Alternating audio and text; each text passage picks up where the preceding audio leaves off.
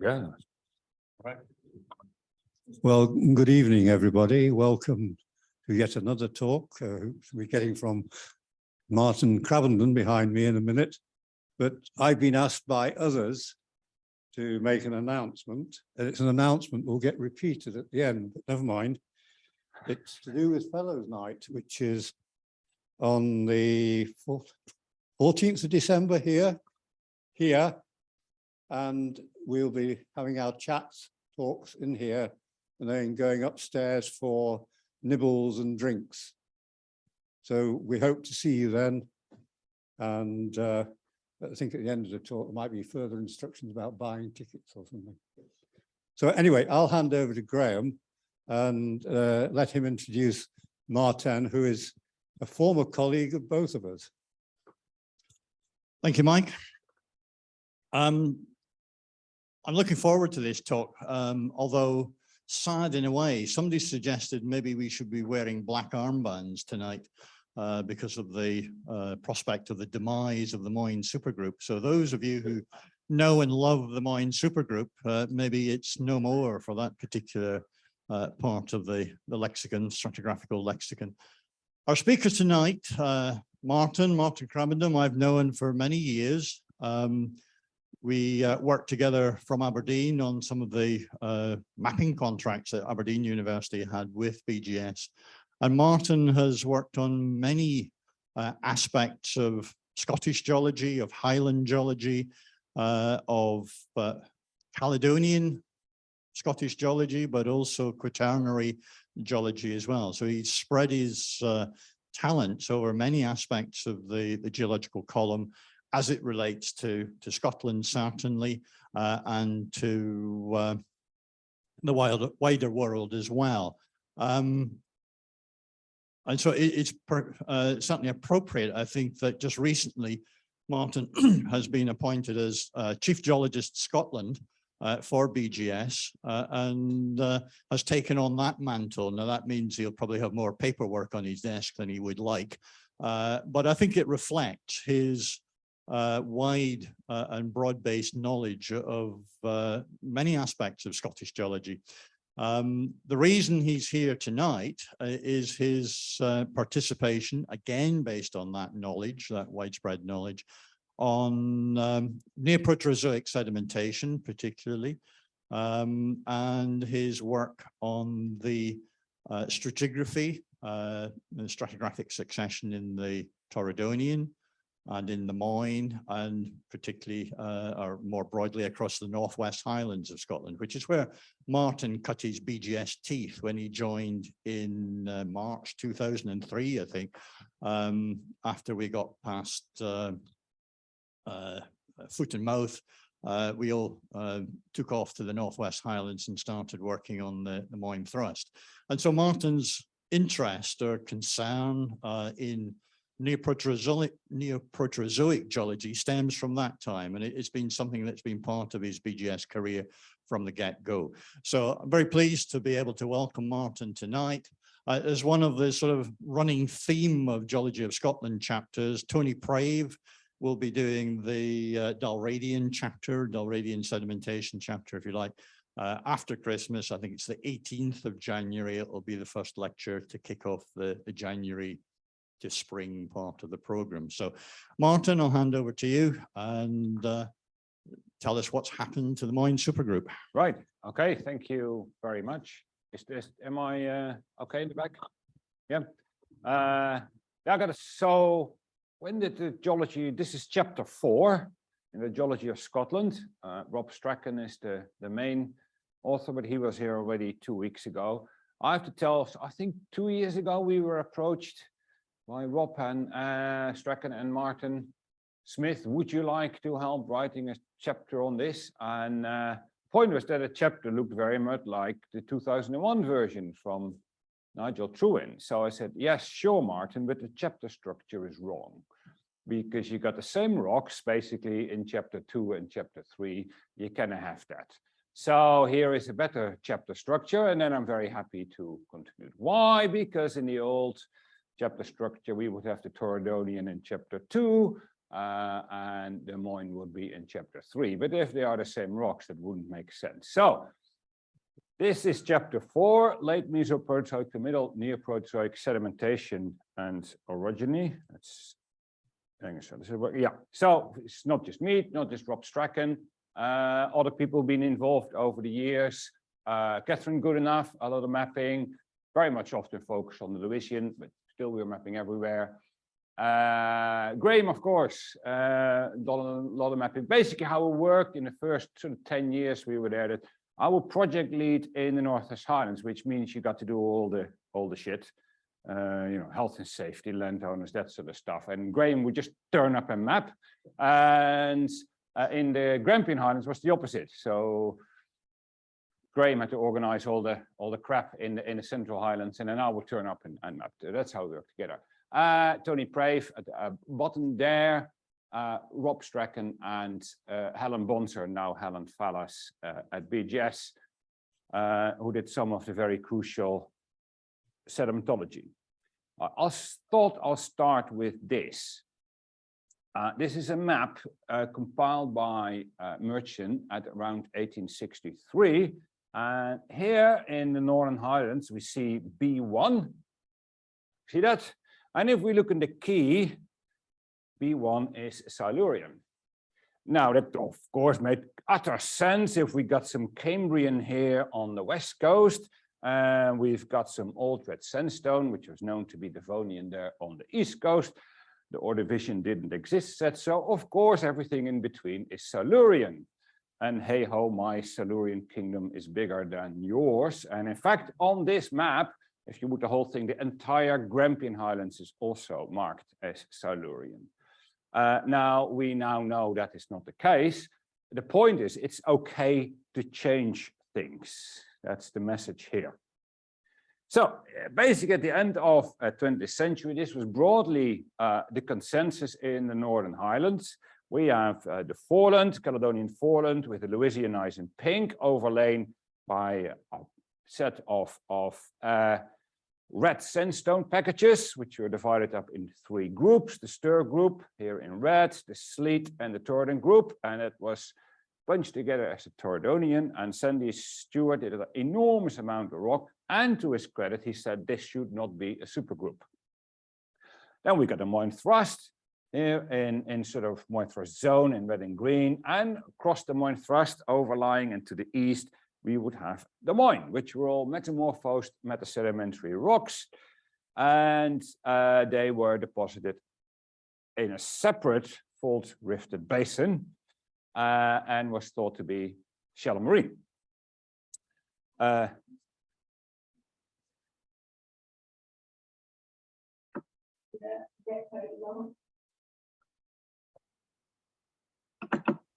Thank you. No. The Torridonian was mainly fluvial sediments, go back and deposit in some rift basin. The Moine was supposedly shallow marine because one person found a bunch of herringbone crossbedding in one place, and therefore the entire Moine was supposedly shallow marine. As you go. And this was separated into 3 groups by, it was probably Johnson, who did it in the mid-60s, the Mora group in the west, and then the Glenfinnan, followed by the Loch Hill group. And then roughly at the, suppose, early 70s, it was realized there was a big thrust in between. This was all wrapped up in fights between survey geologists and other geologists, whether the little sort of gneissic inliers here were actually basement or not. And then it was realized mainly by the back work of Jeff Tanner that there was a very large ductile thrust, the Skewerbeck thrust, which separates broadly the Glenfinnan from the Morar group. And the north was always more complicated, so we won't go there. The key thing is that the Torridon and the Moine had effectively little to do with each other. If they were the same time, they were in different basins, whatever sort of thing. Partly this was because in the Torridonian you could do fantastic sedimentology. You didn't need to understand any structural geology, whilst in the Moine it was only structural geology and there was nothing to do with sedimentology. So there were actually quite different tribes, if you say so, to put it that way, that were working. So here the point was that the whole idea of a correlation between Torridonian rocks and Moine is not new at all. Here are some wonderful quotes. Back in the classic memoir, 1907, their stratigraphical relations are somewhat complex and obscure. That's talking about the Moine. Yeah, I agree with that. But then Gunn said, in some places, good evidence can be adduced that altered Torridon sandstone has entered largely into the composition of the eastern Moine schists. Yeah. But then Clough said in the 1910 memoir, I think that's the Loch House memoir, that the evidence at present available does not warrant the conclusion that the Moine rocks represent Torridonian rocks. Clearly, some people were thinking about it. Peach, there's actually right at the end, this is from the chapters on Scottish geology, I think it's called, isn't it, 1930. And clearly the two positions are put back to back here. The displaced Torridonian strata west of the Moine thrust were deformed by post-Cambrian movement and mark initial and intermediate stage in the passage of Torridonian sediments into Moine schists. So clearly Peach was happy that the Moine schist represented the metamorphosed equivalent of the Torridonian sandstone. And that died down a little bit. And then Bob Holdsworth, this was in the Josoc stratigraphic report on the Precambrian, 1993. The Moine rocks will be Upper Riphean in age, so that lateral equivalent with part or all of the Torridonian and Tarskavase is possible. Clearly, he wouldn't want it. He said it's possible, but we're not pushing it. And then came the whole terrain tectonics, and everything was split up in terrain, which could sail the world and be miles apart. Brian Bluck in 1997 said the Torridonian basins in the Moine block must have been separated by a substantial distance during these Proterozoic orogenic events. In other words, they were very far apart. And the one I love most was Sandy Stewart. At present, the sleet group cannot possibly be correlated with anything. Brilliant. So that's the start. What I'm going to sell you today is on the left is the, if you like, the view in the previous Geology of Scotland book. Here, the Torridonian to the west of the Moine thrust, 3 groups: Stir group, Sleet group, Torridon group. In red are major unconformities lying over the Louisian and then overlain by the Cambrian Artwreck and Durness group. Then we got a Moine thrust, we got a Moine supergroup here on the left, unconformable Mora group on Louisianoid, Louisian-like. Then the Scourbeck thrust, the Glenfinnan and the Loch Hill group. This is tectonostratigraphy. It's not sedimentary, it's not proper stratigraphy. It is some classification that takes into account and part of stratigraphy, but mixes it with thrust sheets. Yeah. We can now move to, if you like, proper stratigraphy, see through the tectonics and erect, a thing that is purely based on the stratigraphy at the time of deposition or just afterwards. And that consists then of the Stir group, which remains there, then an unconformity, and the Sleet group, the Torridon group, and the Mora group, and some bits which I'll talk afterwards, are in one supergroup called the Wester Ross Supergroup. And then there is an unconformity, and that will be quite a theme in the thing, because that's part of the unknown or poorly known and only became clear relatively recently.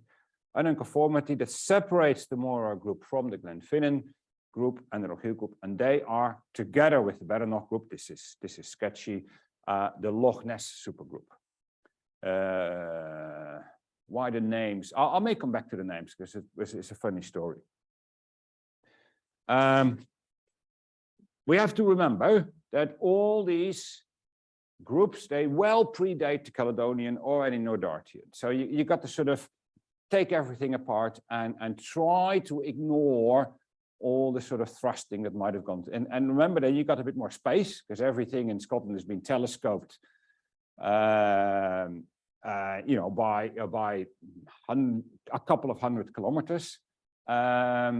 This diagram was inspired by Winchester 1988, who did something similar. It looks very much like it. There was a very, very good paper at the back of that. And that is in the Josoc London paper now, that's just out last year, open access. So in your mind try to extend the highlands and we got more space, all the basins are a bit bigger and so on. But we see here in the buff colors, the sort of Moine and Mora group and Torridon, and then in the more brighter colors, the Loch Ness Supergroup. Why don't do the names, I think. So the Badenoch group here, which is also known as the Central Highlands Migmatites, or some of these words, that's now called the Badenoch group, are very much regarded as part of the Moine, but they're almost like the Upper Moine. Now the Loch Ness Supergroup, more like the Loch Ness. So we thought, okay, Loch Ness is a good name. We need in a supergroup. It's, you know, you can't take the sort of fifth cottage next to the rowan tree. Got to be a well-known feature. Loch Ness. That's an obvious name. There's rocks on either side. So yeah, that's going to be the Loch Ness Supergroup. We couldn't really think of another name for the Torridon and the Mora. And you know, okay, the Moine area, classic area is in there, but it's just confusing. Congenial old names. And then Rob Strachan said, well, what about Westeros? And I knew he read a lot of Game of Thrones. So I thought, are you kidding? And he said, no, I mean, Westeros. So anyway, that's how it came about. And he said, oh, I hadn't thought of that. I'm sure unconsciously he had. Okay, so this is basically the stratigraphy that we now propose. In yellow, the Westeros supergroup. It contains the Iona group, the Torridon and the Sleet, the stratigraphic group, and the Mora group, and also the Moine bits on Shetland, Sandvo, Yell, Sound, Westing group, and then unconformity, Loch Eel and Glenfinnan groups, and the Badenoch group, which is the Central Highlands. For this to be true, for this to work, for this to be consistent, we need three things. The Mora group needs to correlate with the Torridon group across the Moine thrust. We need to demonstrate that it is basically the same thing. And there should be some unconformity between the Mora and the Glenfinnan group. What's the evidence actually for that? And the stratigraphic continuity on the Ross of Mull that was published cannot hold. Something is wrong there. That on the Ross of Mull, supposedly there was a continuous sequence for Mora, Glenfinnan, Loch Eel. So these are the three things I'm going to go slowly through in the talk. Why such a difference with what happened in the 1970s to 1990s? The big difference is the trital zircon geochronology. How does it work and what does it do? It basically gives us a handle on some component of geochronology on rocks that otherwise contain no fossils whatsoever, which has always been the problem. Cookbook approach, you go out in the field on a rock you're happy with a very big hammer and a big rucksack, and you whack off some big lumps. You can increase your chances by focusing a bit on heavy minerals, because that is what the zircons are. And in that sandstone, say, or metamorphosed sandstone, doesn't matter, you hope there are detrital zircons. So these are basically, they are part of the sandstone, they're sand grains, except they're not quartz or plagioclase. They are zircon. Zircon is a zirconium silicate happens to have a fair amount of uranium inside its lattice, so that's good for dating. And the other good thing about zircon is that it is basically indestructible. You can throw it on the river, it gets rounded off a bit, it stays. You can cook it up to 600 degrees, it doesn't change, and the clock doesn't get reset. That's the main important thing. So you can do almost whatever you like to a zircon, it retains its internal radiogenic clock. And indeed, the oldest material ever dated on Earth is a zircon. Simon probably knows more about that. That's things. Anyway, you grab 100 of them and you stick it in ICP-MS or some other expensive machinery, and you date things because you want to have a population. Because one sand grain doesn't tell you where it comes from. You need to tell a bunch. And then you end up with a sort of a histogram. And from that histogram, with some clever stats, you can make what is called a zircon probability plot, because you need to take in the account of the error of each individual analysis. So you'll see a lot of these plots in the thing and so on. And you could see that kind of as a barcode of the source area. So there's two things which this tells you. The zircon probability plot, sometimes called the zircon spectrum, gives you a barcode of the source area, because these sand grains must have started from somewhere, and the zircon usually starts somewhere, say in the granite, and the granite is in the mountain. So I've got a granite that is 500 million years old. Mountain gets uplifted, the granite gets eroded, the little zircon grain goes along the river and gets deposited something much younger, but it still says I am from that granite from 500 million years old in the mountains. And you have then different mountains with different granites, and these all end up in the sandstone. And the other thing is that the deposit, the sandstone, must be younger than the youngest zircon, because the sandstone must always be younger than the sand in it, as it were. In my mind, this is a clever remark, but anyway, you get the point. So here on the right, we see a probability plot of, in this case, the Sleet group, a younger zircon. Here's a diamond around just over 1,000, and then we have a large peak at 1,600. We'll see this more often, and quite often here we see the younger zircon. What does it say? 1,050. 1,060 plus or minus 34. So that's the difference. So while all the geologists in Scotland sort of think about fold generations and so on, and sedimentology and the thing, there were geologists in Canada who were asking, where is the foreland basin to the Grenville Mountain Belt? Why were they interested in it? Because what arguably the Caledonian is for Scotland, the Grenville is for Canada. All the eastern cities, Toronto, Ontario, are basically built more or less on top of it, and it is a major geological feature. And Rob Rainbird was working with Grant Young. I think Grant Young had worked in Edinburgh, I believe, and he had a couple of samples, not very big, which he took to Canada and said to Rob Rainbird, who worked for Canadian Geological Survey, so why don't we try this new fancy new zircon thing? And that's what he did. So it's partly why his N numbers are actually a bit on the low side, we would say now, but at the time it was expensive to do, and I think Grant samples weren't very big. Still, it gives really interesting results.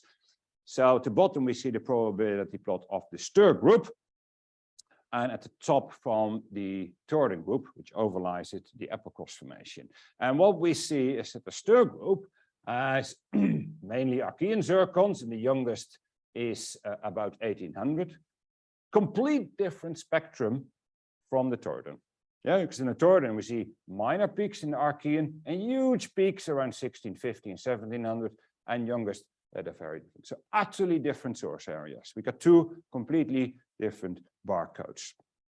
The barcode of the Stir group looks very much like the Lewisian. If you would take a random samples and start zapping Lewisian with dating, you all end up with numbers around 2,500, 2,800, and the very rare 1,900 thing. So the Stir group, yeah, local source. This comes more or less straight from the Lewisian. Hasn't seen much transport, is all locally derived. But the Torridonian can be, because my local source is all Archean, and there's actually very little Archean. So Rob Rainbird's idea is that detritus would come from the Grenville belt, and the Torridonian basin, sorry, the Torridonian group is part of a foreland basin to the Grenville origin. And this is his sort of reconstruction. Now we have to remember that the Grenville origin is probably the largest mountain belt the Earth has ever seen. It ran all the way from the southern point of Sweden through an arc through Scotland, where we see it in Glen Elk, through northeast Canada, all the way. You can still find it in inliers in Texas. That is much longer actually than the Himalayas is today. We also know it lasted 100 million years, which is twice as long as the Himalayas is today. Of course, the Himalayas might still have 50 million years to catch up. Fine, can't see that far in the future, but this is a very, very large, probably the largest mountain belt the world has ever seen, and it was pivotal in amalgamating the supercontinent of Rodinia. But if you go in East Canada, there's no foreland basin. So I think, oh, we got the biggest mountain belt on Earth and there's no foreland basin. Because in Canada, if you go here, if you drive north from Toronto, you're in the Grenville, and suddenly bang, you're in the Archean, and there's nothing on sediment to see. So that was why they were so interested in it. So what was Rob Rainbird's idea? The detritus from the Torridonian group with that very important 1650 peak comes from the Trans-Labrador batholith, because that's 1650. Doesn't come from the rest of Laurentia, which is all or largely Archean. It comes mainly from that batholith, and that batholith have been uplifted in the Grenville belt, because we know that we mapped that. This is a key point, that if you uplift a mountain belt, a lot of older rocks might become exposed. So for those who are familiar with the Alps, if you would do the same thing, get the same zircons from the Rhone or the Po River, you're actually not getting many alpine ages. You're getting Variscan ages, around 200. And why? Because the big granites, the Mont Blanc granite, the Gotthard granite, all the central Switzerland, and where the passes, the big cycle passes are, all these are actually all the Variscan granites which are uplifted in the alpine thing. So most of your zircons are not alpine in age, but a little bit older. And that's the same with these. So basically the Torridonian group, big piles of sandstone, is part of the foreland basin to the Grenville origin. And that was roughly the time that I joined the survey when I was out there and we started working there. And I think, well, okay, if the Torridonian group is part of the foreland basin, this all sounds terribly convincing. What other units in Scotland might also be part of the foreland basin? Why should it only be the Torridonian basin? Because foreland basins are big. So, what other parts? Stir group, let's go back, slightly repeat, but I wanted to show some nice pictures.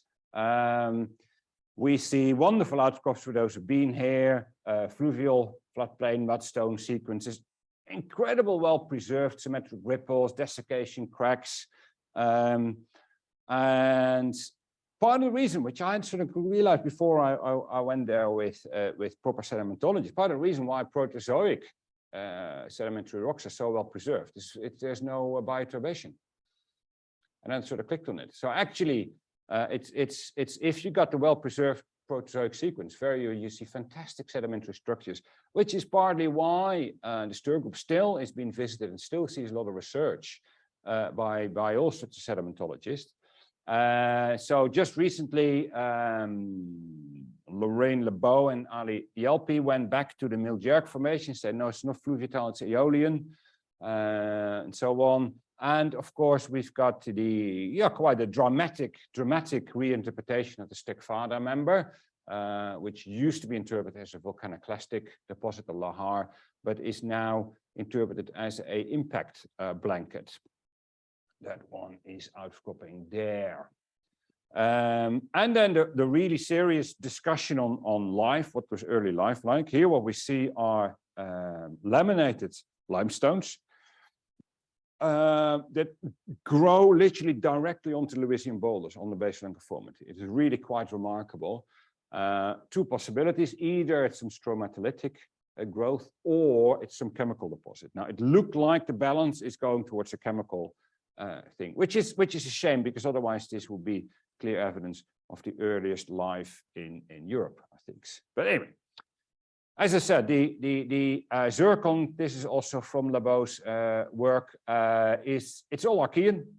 Youngest is in the order of sort of 1700, 1900, same age probably as the Loch Ness group. And then in Parnell, they had some fancy dating things, which basically the age of deposition is 1180. That basically means that the source is wrong. The source is not from the Grenville, and it is too old anyway. So the Stir group is still probably some form of rift basin, somewhere in front of the Grenville, but not the foreland basin. Okay, and then we go to the Torridonian group. Just to give you some scale, here on the left is Leertag. It's about 1,000 meters high. It's a proper Munro. And if you would project that 1,000 meters onto the entire stratigraphic column, it's only that big.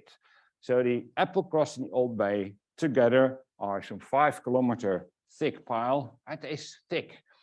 Coarse, certainly in the beginning, and then finding upwards into the Old Bay sandstone.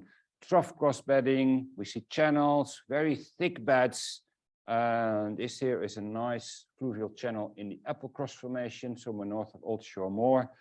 And then this is the Old Bay. Now this is an incredible section, actually at Old Bay near Poolew. And what you see, she's slightly dipping here. Helen is just standing on slightly dipping here. So we're talking here about a band that is about 5-6 meters thick, and the entire bed is fluidized. So you're talking a huge pile of quicksand here. And for that, you need very rapid deposition because you don't want to dry it out. You want to have a bed that is 5-6 meters thick. You need big rivers, rapid deposition, and then some other loading things, another river bank or whatever on the side that collapses it and make that slumping structures. And at Old Bay, it is bed after bed after bed for hundreds of meters of section. This is incredible. Basically, what you're talking is incredibly rapid deposition in a very wet conditions. But it looks all red. And wasn't the Torridon supposedly a desert climate because it's red sandstone? How does that work? The key is that the world in the Neoproterozoic was like a different planet. It was like planet Zog. And the reason is there was no terrestrial plants.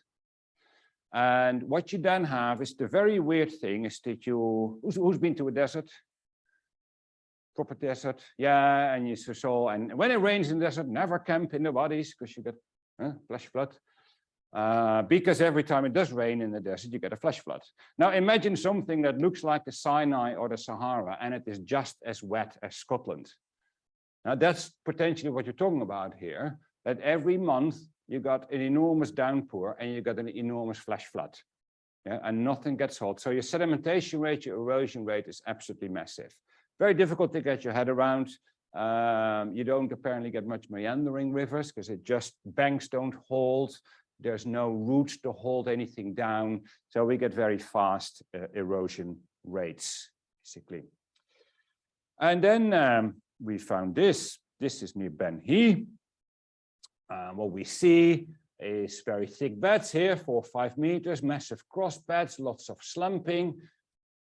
Basically the same stuff, except this is in the Mora group, and it is gray instead of brown because my hematite turns to ilmenite because of metamorphism. But basically it is the same high medium energy fluvial braid plane deposit. Sedimentologically, petrographically, if you take into account the metamorphism, this is just like the Applecross formation. So there's absolutely no reason on that basis why this both couldn't be the same. If you go higher up, I'll shortcut the 3. Helen Bonser did a couple of great papers on it, that the higher part of the Mora group actually does become finer, does become more marine, and so on. And together, basically Helen, Rob, and myself with Tony Prave put together this sort of correlation diagram where we see the sleet group here, which actually is very likely to be equivalent by the old stratigraphy put up by Ramsey and Spring on Knoydart. But then basically we see this correlation between the Applecross and the Lower Morar and the Altnahara formation. It's the same stuff. Higher up, we're getting into a more distal, a more marine sequence. And then we got a change that we see both in the Mora group and in the Torridon. We're going to change the Kellock Head formation, which is a, I should have put the picture in, my apologies. It's basically a cyclic, probably lacustrine sequence, very different. The contact isn't easy to see because it's on Greenland Island, and I didn't dare to go there. I don't think any geologists looked at it since basically Peach and Horn, because there was, of course, was the Anthrax Island.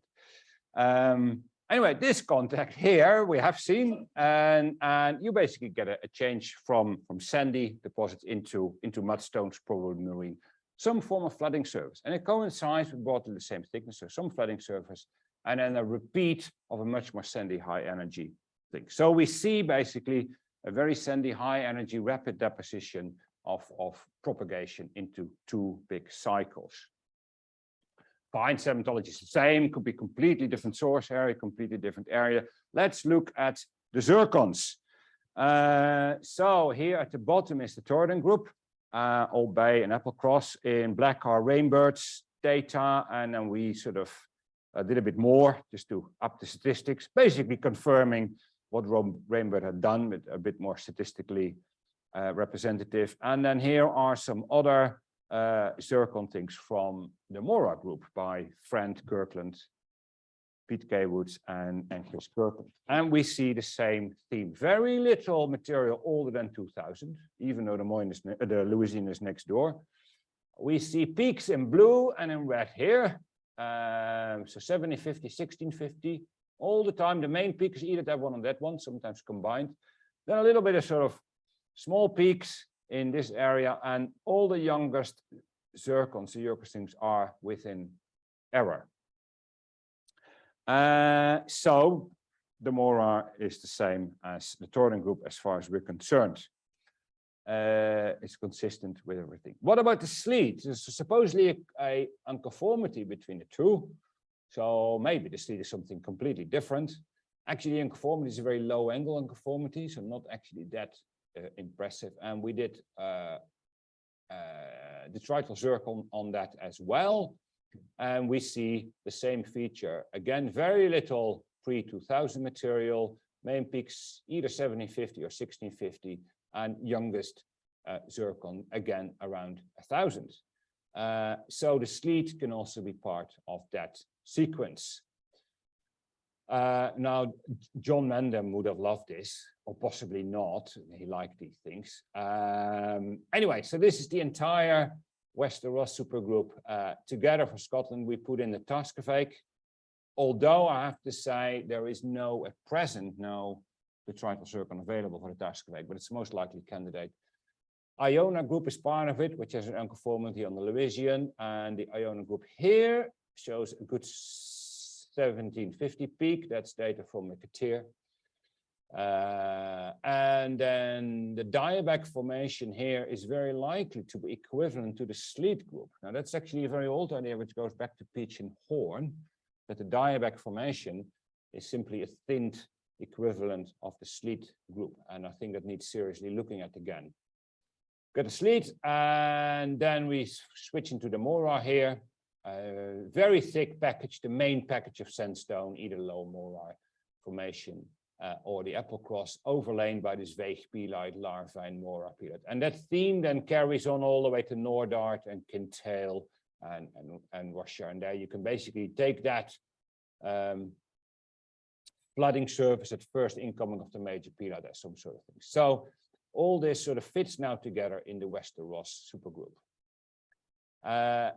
Now, this younger zircon tells me that the sandstone has to be younger than that, but it doesn't tell me how young it can be. It only gives us a maximum age, no minimum age. So that's the problem. We still don't know the actual time constraints in Scotland. In the meantime, of course, a lot of geologists were working also in North Atlantic, in East Greenland, in Svalbard, in Norway, and they did the same fancy detrital zircon things. And oh, I'm so sorry. Back. Previous. They saw the same thing.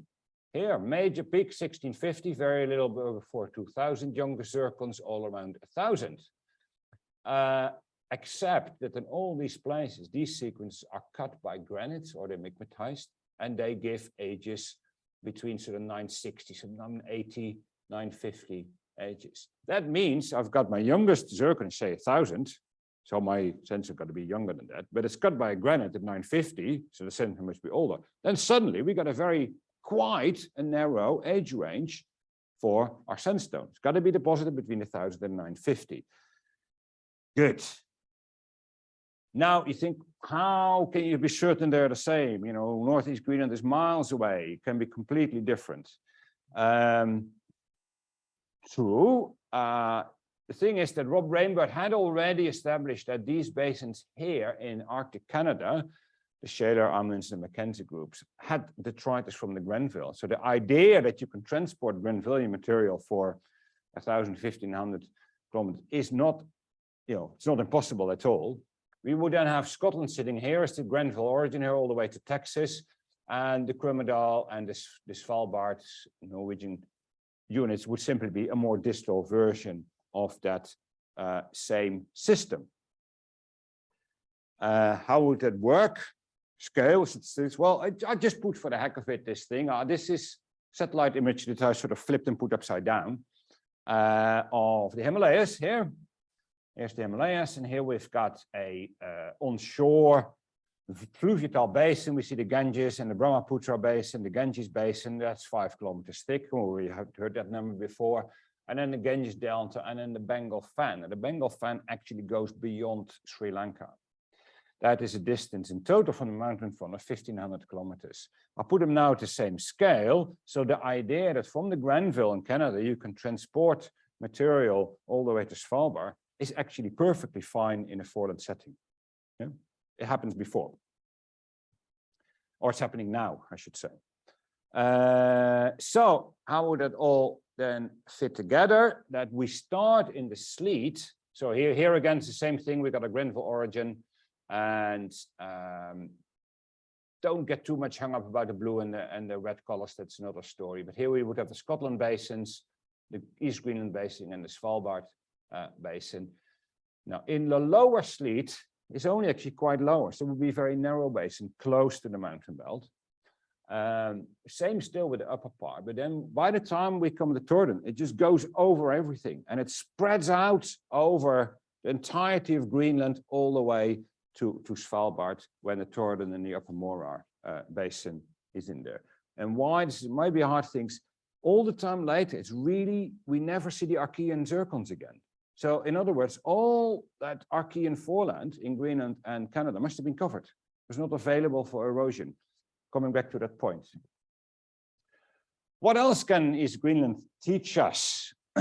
So we have these 950 granites here. This is the Krumedal sequence. This photo, thank you, Graham, for giving it. I've never been there. He went, the bastard. So this Krumedal sequence got this thing, clearly 1650 detrital zircon peak. Youngest detrital zircon around 1035. We've seen it for almost no Archean material at all, but migmatized and intruded at around 955. That means that in East Greenland, there must be an orogenic event that gives me the granites and gives me the metamorphism at 955. That thing there is called the Renlandian, or sometimes called Valhalla. That is the Renlandian origin. That means that my deposition in this case of the Krumedal is between 1035 and 955 million years. Overlying that in Greenland is another sequence, which in this area is called the Nathorstland sequence. Here are some of the references. That younger circle is 915. That's younger, and actually it contains some 955 zircons. It's not migmatized. So in other words, this was deposited after 950, after the Renlandian origin. So we clearly have here two very different packages of sediment. One that is predating the Renlandian origin, and one that is postdating the Renlandian origin. Now, this pattern, this motif was repeated everywhere in the North Atlantic region. And a guy called Oli put this all together a couple of years ago in Precambrian research. And this is his compilation of all age data he could find from the Arctic, Greenland, Svalbard, including Scotland, Shetland, and the Norwegian Caledonian. So here in yellow are our equivalent of Torridon and Morar, just after the Grenville origin. And then here in red line, there is some sort of unconformity everywhere. And here in red are all these 950 granites that they see in East Greenland and Svalbard. So it's a time thing, yeah? So these granites have actually intruded into the yellow sequence. Then we move up the time and we get almost everywhere these depositional sequence in blue, which overlie the yellow one in some form or another. And then we've got another series of intrusions. They're actually ironically mostly in Scotland or metamorphic ages. Another unconformity. And then in green here, we got a younger sequence, often with tillites and stuff in, and we come to our well-known Dalradian equivalent. So he was basically saying, guys, in the North Atlantic, there are three megasequences, the yellow, the blue, and the green. And here is the big picture. And then we're gonna, oh dear, he's probably right there. To what extent does that apply to Scotland? Is his small bit here in Scotland actually indeed the case. Does this Renlandian origin, and do we see any of the Renlandian orogeny in Scotland? Yes, we do, but it took actually quite a while. It's fairly recent this was discovered. The first and everything here was basically hunted by students from Rob Strachan in some way or another. Sorry, first hint was in the Westing group up in Shetland, right in the north, 940, 920 uranium lead in zircon and monazite by Catherine Katz. And then they found more material using all sorts of exotic dating techniques, which you know absolutely nothing about, but this is called lutetium hafnium garnet. I have no idea how it works. Anyway, age of 907 in the Westing group, and then uranium zircon 940, 930 in the Yale Sound group, and these were all regarded as Moine equivalent. And then finally, Anna Bird found something on the mainland in a meaty schist, which is the basal part of the Moine, of the Mora group, up in the north, and she had 950, 940 million year lutetium hafnium on garnet. So yes, there is evidence of Renlandian orogeny in Scotland, but only in the equivalence of the Mora group. Why do I switch here now? Hang on. So then we are left with material here in purple and yellow, the Glenfinnan and the Loch Hill group. Now we knew already for a while here in red is the West Highland granite gneisses. They intrude along the level between the Glenfinnan and the Loch Hill group, and they have been dated at 870, and it was always taken as the minimum age of the Moine as a whole. So let's have a look. We've established that Torridon is Morar. Now we have established there's some sort of unconformity, and that the rocks below the unconformity have been deformed or metamorphosed at 950. So what about the stuff above that unconformity? We've called this Loch Ness Supergroup. In old money, that will be the Glenfinnan and Loch Eel. And they're not easy rocks. They're often very strongly deformed. This is some Glenfinnan group. It's actually an old photo from Johnston that I found in the BGS archive, very useful. Loch Eel group, photo from Rob Strachan with his herringbone crossbedding, suggesting some marine tidal influence. And a more recent, sharper photo from Loch Eel group Semite, quite semi-politic, quite micaceous, taken from our recent work near Corrie Glass. And this is actually, if you look, too many different people putting too many different stratigraphies, and all became a bit messy. So in the paper, we also try to rationalize this a little bit. So it's basically politic and striped units at the bottom, and then a big pile of semite, the Tarvi semite at the top. If we look at the zircons, there is some similarity, but it doesn't have these sharp peaks. There's a lot of sort of noise in between. There's absolutely nothing Archean. And the younger zircons are quite often considerably younger than 1,000. They can be as young as 900. So in that sense, yes, there is a difference. Why would they be the same? Well, if I've got the whole of Greenland and probably half or more of Canada covered with the Torridon and the Mora group sandstone, that's your source. So we see a component of recycling in it. Yeah, that's the first thing that gets eroded there. But because you're recycling and more mixing, probably all the peaks are a bit less well defined. So a lot of the Glenfinnan and Loch Hill group, in my mind, is recycled Torridon and Mora group.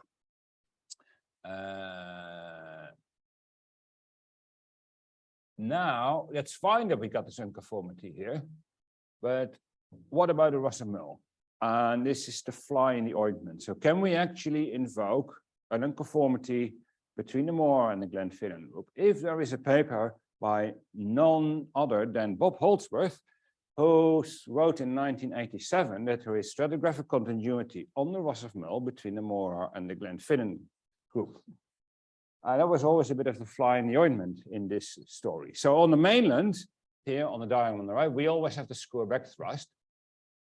Whilst on the section here on Mull, there was supposedly a perfectly fine transition from what is locally called the Upper Shaba Semite into the Lag and Moor formation. There, the Shaba group was seen as equivalent of the Mora group, and the Asapel group, the Lag and Moor group, was seen as the equivalent of the Glenfinnan group.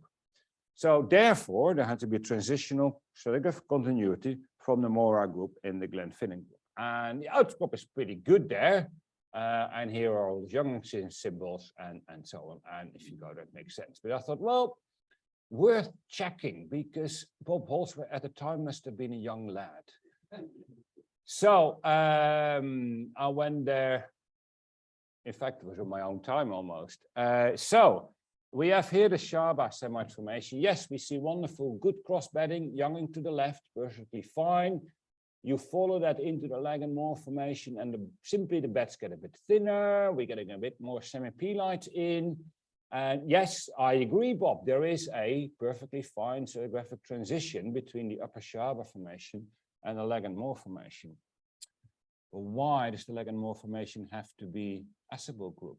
There's no reason, it's just what we put in there. So I kept walking, and then you see, actually I passed this first. You're going slap bang into this gneissic thing, politic gneiss, very typical of Glenfinnan. And then I walk back and think, well, what's this? This is a complete paper thin myelinite thing. It's completely stretched out between the Lag and Moor and the screw-politic gneiss. Yeah, there in red. And this is the most paper thin myelinite I've seen. I didn't make it in section. It was so obvious. It was a whopping myelinite thing. But it would actually be interesting to take section. The point is there is a high strain zone there. It's just above the Lag and Moor formation. And there's no reason why the Lag and Moor formation should be group A or whatever. Yeah. For some reason, they thought it was Asapel group, but it's perfectly fine. We now know also from the work of Rob and Helen further north that there's many more. You stratigraphy can carry on. So in other words, yes, this is a transitional contact, but there's no reason why there should be a transitional contact between the Moor and the Glenfinnan, because we have a whopping shear zone in between what we know is proper Glenfinnan here, just like the screwback thrusters anywhere else here in red. So that was the Ross of Mull, luckily out of the way. It was quite funny because when I spoke to Bob about it, I said, yeah, but have you been behind the garage on the north side of the island? I said, well, I'm not sure what the backyard of the garage would give more, but anyway, I think he was happy with the things when I spoke to him last week. So, okay, let's put a bit more on the timing then again. Yeah, a couple of minutes, isn't it? So we've got here plotted up all the sort of youngest zircons that we could sort of find from the literature, from the Sleet, the Torridon and the Moor and the Shetland groups, and they all basically are between 1050 and 1000. We have still basement, metamorphic basement, developing underneath it in the Glen Elk and also in Shetland. So the Western Ross Supergroup is depositing here. It's going to be younger than that. So deposition roughly started around 1000, but it's got to be over by the time the Renlandian origin comes in at sort of 950 things. Quite a short, it might even have been shorter because I said the deposition rates are fast. But you got about 30, 40 million years to deposit it here and there. Then in the north, we got a Renlandian origin and also noticed in the Mora group and in Shetland. And then here we got the Glenfinnan, Lochiel, and the Badenoch group. And these are all the detrital zircons we find in there. Look, some of them here 910. That one is around 900. This is 920. So the Loch Ness Supergroup has to be younger than that. But it's older than the 870 intrusion ages of the Western Highland gneiss, granite gneisses. So we got actually a fairly short period of time to deposit the Loch Ness Supergroup, maybe about 20 million years max. Then lots of it is deformed, metamorphosed, migmatized in the Knoydartian origin. The Knoydartian origin, I have to say, still is a puzzling thing. It stretches over a long time. We don't know where geographically it starts to stop. We don't know where the mountain front is. We don't have arguably a single structure in terms of a thrust or a fold that we say, yes, that's Knoydartian, because everything has been reworked during the Caledonian. So the Knoydartian orogeny it exists because we find the radiogenic ages. But if you say, where does it start? Where does it stop? What's divergence? We don't know. What we do know is that very likely in the Grampian Highlands, it stops earlier because there are oldest ages are about 800, whilst in north of the Great Glen, it keeps going up until 740. And in the meantime, we'll probably start depositing the Grampian group. But I think that is something that Tony Prave might tell you next month in his chapter 5 story. So this is concluding an overarching summary. In the Highlands, we have 3 major supergroups. The Western Ross Supergroup, after as a foreland basin to the Grenville origin. Then the Renlandian orogeny, 950, 930, thereabouts. Then we've got the Loch Ness Supergroup, where I have to say, we actually do not know what type of basin it is. We don't know if it was a foreland basin to Renlandian origin, or if it was a back arc thing. That is arguably, we don't need to solve everything. It's still a mystery for future generations to solve. Then we've got a mysterious but real Knoydartian orogeny, and then we've got the Dalradian supergroup taking over, which ultimately leads to rifting of Rodinia. And I think I'll leave it there. I'll leave this up if there's any questions.